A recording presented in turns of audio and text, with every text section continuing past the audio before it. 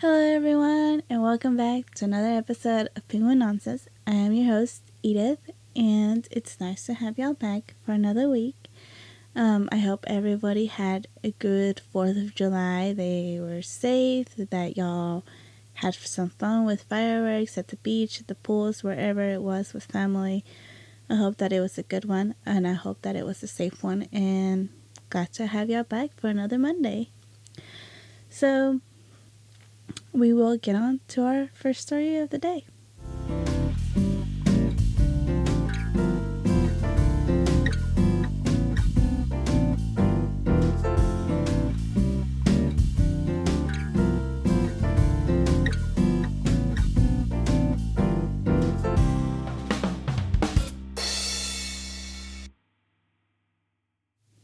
So this story comes from a story that was recently released. It's still an ongoing story, but I'm a very big advocate for children and children who get abused and children who go through hard times and that kind of stuff. And I really believe that we need to protect our children. I don't have any of my own, but I stand big for anything that happens to them. And so this story is very recent, and I think a lot of y'all have heard of the Rudy Farias story. I saw it on TikTok. I'm always on TikTok, but I saw this story on TikTok, and I know it has been around for a little bit, but I feel like the justice for this now man is not being made. And I just want to tell y'all a little bit about the story, and that I hope that y'all kind of spread it out, and so we can hopefully get justice for this guy. But back in March 6, 2015, Mrs. Santana claimed that she had been informed by law enforcement that her son, no, he had disappeared then, and then recently Mrs. Santana had been informed that her son had been found and beaten outside of the church. When authorities announced that they would be interviewing Mr. Farias, who was reportedly nonverbal according to his mother, on Wednesday, before claims made by the neighbors that he was never missing raised questions about Mrs. Santana's account of events. Concerning allegations have now emerged against Mrs. Santana after HPD officers and Counselor Cornell X separated Mr. Farias from his mother to question him about where he had been these past 8 years. I heard horrific things, says Mr. Cornell, from that young man. I didn't want him to see me shedding tears, but I couldn't hold them back. Mr. Cornell also told reporters on Wednesday, according to Fox 26 Houston. No child should ever be treated like that by their own mother. The counselor claims that Mr. Cornell X said that Mr. Farias initially ran away when he went missing in 2015, but returned home just 2 days later. Mrs. Santana then allegedly told him that he would have to go into hiding and would be arrested if he ever tried to run away again. According to him, he also states that the counselor claimed that Mr. Farias said his mother sexually and physically abused him, forced him to take hallucinogenic mushrooms, and kept him hidden in the home during the time she claimed he was missing, and publicly pleaded for his safe return. This story has just enraged me in so many ways, because there is so much that back in 2015 that they could have done to find this boy if he was really in the home the whole time. Why didn't they look at the right places? And I know he is not the first case where police have failed to check the right places, because there's been plenty of cases where people have been found in basements and attics or whatever, and the police had already searched these homes like so many times, and this is just another case where the same thing has happened. These people did not do these checks that they were supposed to thoroughly and very, very well, because if this boy was at this house all this time, how do you miss that? And for people, when I know there was some other articles and stuff, and this is all just news that I'm just picking and grabbing from different sources and stuff like that, different videos, different everything, because I've just been really interested in this story. And I know that some people are saying that a lot of the neighbors, a lot of the people from that neighborhood had seen him. And when the officers would ask Miss Santana, who that kid was that the neighbors kept saying that they kept seeing around, she would say that that was her nephew. Why didn't PD ever investigate the nephew? I don't get it. Like, why didn't they ever take his DNA to make sure that wasn't Rudy? Like, why did they?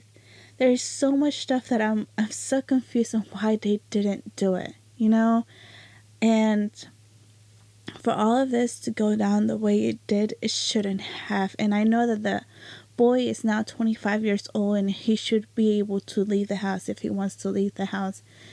But like I was telling a few people today that I told about this story, you don't know what this boy was put through from the moment he went lost to the moment of now, how his mental state must be to the point that he is staying with his mother. And Rudy told Cornell that this isn't the first time he's tried escaping. There's a video where there's this car of the mom. It had been crashed because at some point he did try to take the car to leave and run away, but he couldn't. And he ended up crashing the car. And other times that he tried to run away, and his mom convinced him that because he had run away the first time that the police were looking for him and were going to arrest him if they found him. I don't know what you have to do to tell a child and make a child fear that he's going to get arrested because he ran away. But this mother did it. And I also have seen that some people are saying that she was giving him drugs and that kind of stuff to keep him, I guess, down, to keep him settled, to make him not do or fight back, I guess, in a way, any of that kind of stuff. And we've seen that in movies. I don't know if any of y'all have seen a movie called Run. I believe it's on Netflix. I'm not really sure. But I've seen the movie, and this girl, her mother is feeding her drugs to make her believe that she can't walk, but it's making her think that it's her, but in reality the mother is causing all of it. It's a really good movie. If you haven't seen it, go watch it. But just like that, who knows what the mother was doing to this kid to make him think that, you need to stay here, you can't go anywhere, they're gonna arrest you, all that kind of stuff. And I feel bad for this kid because it recently was said that she is not facing any charges. Nothing is being charged against her for all of this accusations that the boy is making, or man now. And he got to go home with her. What was it, yesterday, I believe, or this morning? I can't really remember, but that is crazy because I can only fear for his life at this point, because who knows if any of the allegations he said is true. Who knows the hell he is living at this house right now, because his mom is really, really angry at him because he finally got away and he told the truth. And I know we won't know what the real truth is until a couple more days or a couple more weeks of investigations. We don't know. But I really do hope that justice is made for this boy. And if the allegations are true, I really hope he gets the help he needs. And, justice for Rudy. I know that was the hashtag going around. So, you guys, spread the awareness, not just for this guy, but for any case of the kids that are out there and they have to fight every day due to the violence of their parents or getting kidnapped, that kind of stuff. It is no joke. This stuff is happening. We have to save our children. So keep out for signs out there that if you see something not right, speak out. We're the adults. They shouldn't be afraid of us yet. A lot of these kids are. So if you see something wrong, send a helping hand and speak up. And I really hope the best for this guy. I will keep y'all updated if I hear anything else about this case. But for right now, that's all I have. That's all I've seen. And I pray that everything works out for the better for this guy. So on to a lesser, not as sad story. That one was rough, and I feel like I'm really mad about it, but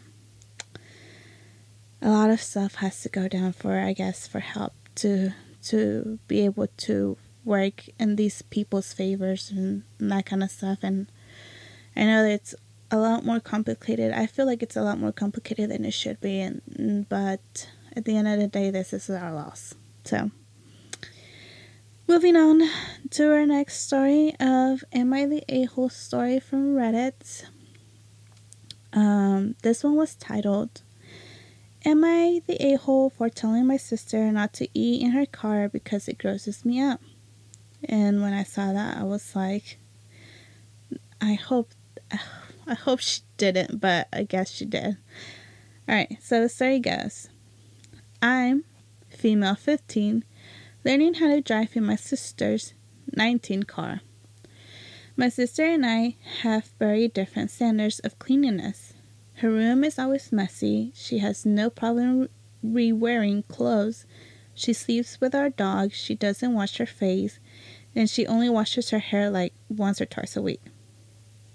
I knew she eats in her car because her booster seat thing has sesame seeds in the holes, and I sometimes see fast food wrappers in the car, but I can just take off the booster thing and ignore it. I got home the other day and she was eating in her car and there was food everywhere. I was disgusted. When she came inside, I told her to stop eating in her car because it grosses me out. She said, "It's my car, so not my choice," and I told her I drive it almost every day. She told me she has 25 minutes to eat and get to work after class, and her work is 15 minutes away. So from her school. So she's gonna eat whenever she wants, and if I have a problem with it, I can buy my own car. I told her I can't work if I can't drive, and she said that's not her problem. She hasn't been letting me drive her car because apparently it's disgusting. And she's been kind of bitchy to me, so I wanted to know if I was an asshole for telling her not to eat in her car. Yes, girl. You're a straight up a-hole about it. Like, I understand if it was your car. I understand if it was OP's car, but it is not. It is your sister's. Whatever your sister wants to do in that car, she can do in that car because it is her car. And I don't know, I don't know if the parents don't have another car that they could let her borrow or something. If she really has a problem with her sister's car or whatnot, like her sister said, it is her car. If she doesn't like it, she can go buy her own car or I guess use somebody else's or something, because I'll be real with y'all, my car is a mess half the time. Like, there's water bottles everywhere, soda pop bottles, whatever I'm drinking. I have a tendency of not finishing my drinks. So, there's always bottles in my car. It is what it is. And every now and then you'll have a food wrapper. It has the first thing you do, because you just toss it over the seat and you're like, okay, let's go. Right? But every now and then I clean it out, and especially if I know I'm going to have somebody in the car, I'll try to clean it out, unless it's like Jose or like a family member like Angel or something. I just toss it to the back and worry about it about another day. But other than that, I understand that sometimes you're busy. Like, whenever I used to work at the place I work now in Dollar Tree, like, running from that job to Dollar Tree, because I used to work up, well, I still do. I work up in Burlington Graham area. It's like between, I don't know, it's weird. So making it all the way back to Randleman, it was like a little bit more than like 45 minutes to make it. And so I would literally have to get off and rush all the way down here and make it just back in time to maybe eat something in 15 minutes and go into work. And there were some days where I would end up having to stay over and just barely making it to Dollar Tree to start my shift, or making it a couple of minutes over and not having any time to eat. So I totally understand this girl that she's eating in her car, because this is the time she has, and if that's the only way she can get a meal in, let the girl be and let her get her meal in and let her go to work, do her stuff with her own car, you know? And I am very proud of the comment section. Somebody was like, oh, this is me playing my sad violin. Or like, this is me playing this insert sad song, you know? Because like, this girl has to feel very entitled at 15 years old. And somebody needs to fix that. And the post had only been up for like 8 hours, and they already declared her the a-hole for it. So that only goes to show you that the internet was definitely on the sister side and not OP. And for those of you who don't know what OP, I know I say it a lot on this podcast, means original poster. So, but OP definitely got the a-hole on this one. So I hope she either sucks it up or gets her car. And that is my take on it. Y'all let me know what you guys think. You know, as always, drop a comment either on this story or any of the other stories. It doesn't have to. I know this one I usually ask more about because it's more opinionated, but definitely, like, if y'all want to leave anything on the other stories, that is fine too. Alright? So, that is my take on that story. And we will move on to our third story of the day. This next story is a really cute story that I saw, and I'll probably use that word a lot, really cute story, but this one I saw it also on TikTok. As y'all can tell, this is where I spend most of my time, because I don't really do anything else with my life. I need to get it together, you guys. But this was a cute story that I saw on TikTok that showed a man who was kind of sad. It was his first time writing this book, and he was trying to sell it, and he was like at a store or something, doing like a sign and sell type of thing. And so I'll read y'all the story. So, a video of Warner posted by TikTok user Gerard. I'm not even gonna try to pronounce his last name because I cannot. It's at Internet Famous LOL. But his name is Jared. Received more than 17 million views on the platform. In the video, Jared asked Warner about his book and how he got into writing mysteries. He then asked Warner if he would sign a copy of a book for a TikTok giveaway, and Warner agreed. Jared picked the giveaway winner on Thursday. Jared did not immediately respond to a request for comment, but he did say that the new author looked super defeated when I first walked past him. Jared wrote in this TikTok, so before I left the store, I decided to go back. After Jared posted the TikTok, many viewers rushed to support Warner in his book, Lee Howard and the Ghost of Simmons Peace Manor quickly became a #1 bestseller on Amazon, with hundreds of people leaving 5-star reviews. Warner was not an avid social media user before, but he joined TikTok to respond to his supporters on the platform. While the attention has been overwhelming, Warner said he is grateful for the outpouring love and generosity. It says, one guy saw another guy sitting there, bored and alone, trying to sell his stuff, and he just came over to say hello out of an act of kindness, Warner said, and that one act by one person triggered a tsunami of generosity after. Per reader's request, Warner and his publisher are working on creating an audiobook for the novel, as well as translated editions for international readers. He is also working on his next book. So how cool is that? I love it when TikTok does their thing, does their magic. I call it. But they, when they saw him and he was just there, you can see the video, he was just kind of sad about it.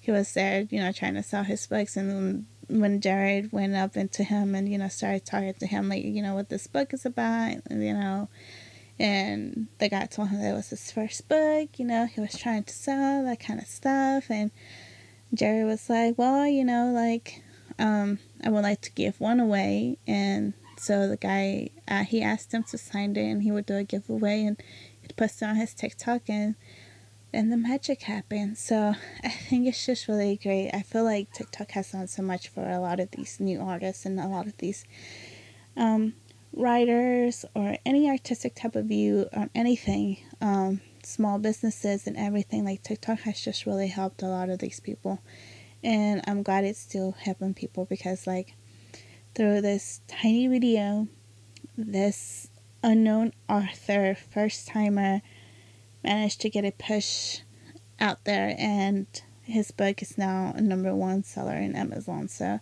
I think that is quite amazing, and he seemed really happy. Like it said, Mr. Warner was not a social media person, but he did make a TikTok just so he could say thank you to all the people that have been really nice to him and have sent all the love.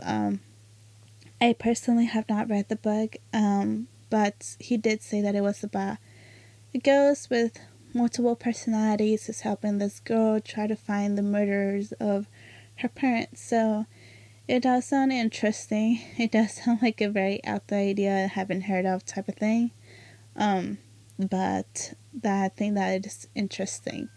Maybe one day I'll give it a shot and give it a read, and if I read it, I will let you guys know how good it was, or we'll go from there. But definitely look into that if you're interested in murder mysteries. From what I've seen on Amazon, it has 5 stars, and I don't know if people are just being nice to be nice to the man, or if it really is just that good. So keep an eye out for that, and just remember that those little acts of kindness that y'all sometimes do, whether it's just a video, whether it's just saying hi to somebody, and you never know, it could change their life, it could make their day, you could be a part of, something bigger, like he said, a tsunami of kindness, of pouring love out there. So keep being nice, keep being, the helpful people that I know you all are, right? And take this story for what it is, that it just goes to show you what one act of kindness can do for somebody. So we wish the best to Mr. Warner, and we hope that he keeps making books, and that I hope that other people just keep going in TikTok and their business and whatever it is that they're doing. Who knows?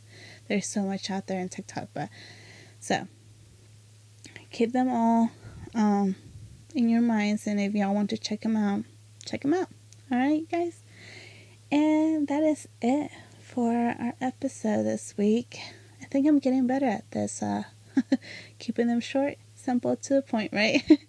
So thank you guys for being here with us another week.